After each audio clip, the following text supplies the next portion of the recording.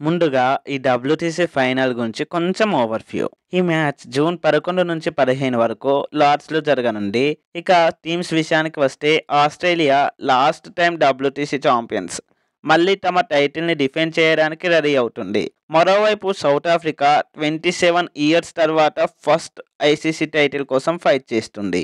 ఈ రెండు టీంలు ఫైనల్‌కి ఎలా వచ్చాయంటే ముందుగా south Africa, West Indies, Bangladesh, Sri Lanka, పాకిస్తాన్‌లపై వరుసగా 7 టెస్టులు గెలిచి టేబుల్ టాపర్స్‌గా క్వాలిఫై అయ్యారు. మరోవైపు ఆస్ట్రేలియా బీజీటీలో ఇండియాపై 3-1తో, అలానే శ్రీలంకలో 2-0తో వైట్ వాష్ చేసి ఫైనల్ స్పాట్ సొంతం చేసుకుంది.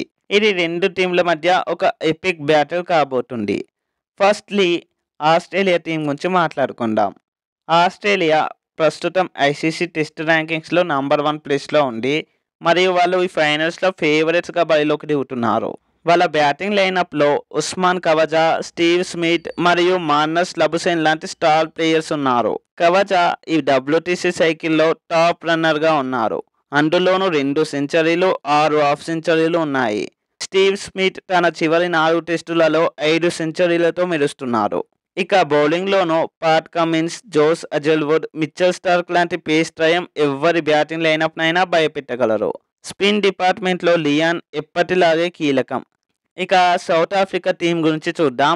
ఈ టీం ఈ డబ్ల్యూటీసీ సైకిల్‌లో 12 మ్యాచ్‌లలో 8 గెలిచి టేబుల్ టాపర్స్‌గా ఫైనల్‌కి క్వాలిఫై అయ్యారు.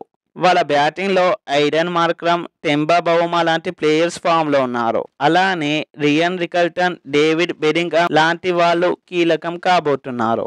బౌలింగ్‌లోనూ కాగిసో రబాడా వాళ్ళ ట్రంప్ కార్డ్. ఈ సైకిల్‌లో 10 మ్యాచ్‌లలో 47 వికెట్స్, 19.9 యావరేజ్‌తో రబాడా సత్తా చాటారు. ఇంగ్లాండ్ కండిషన్స్‌లో అతని రికార్డ్స్ అద్భుతం.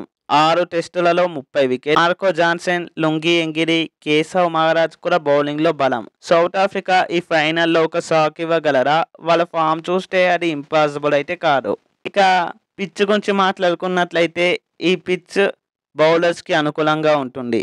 ఆస్ట్రేలియా యొక్క Cummins, Hazlewood, Starc, South Africa యొక్క రబాడా, జాన్సన్, ఎంగిడి ఈ పిచ్పై డామినేట్ చేయొచ్చు.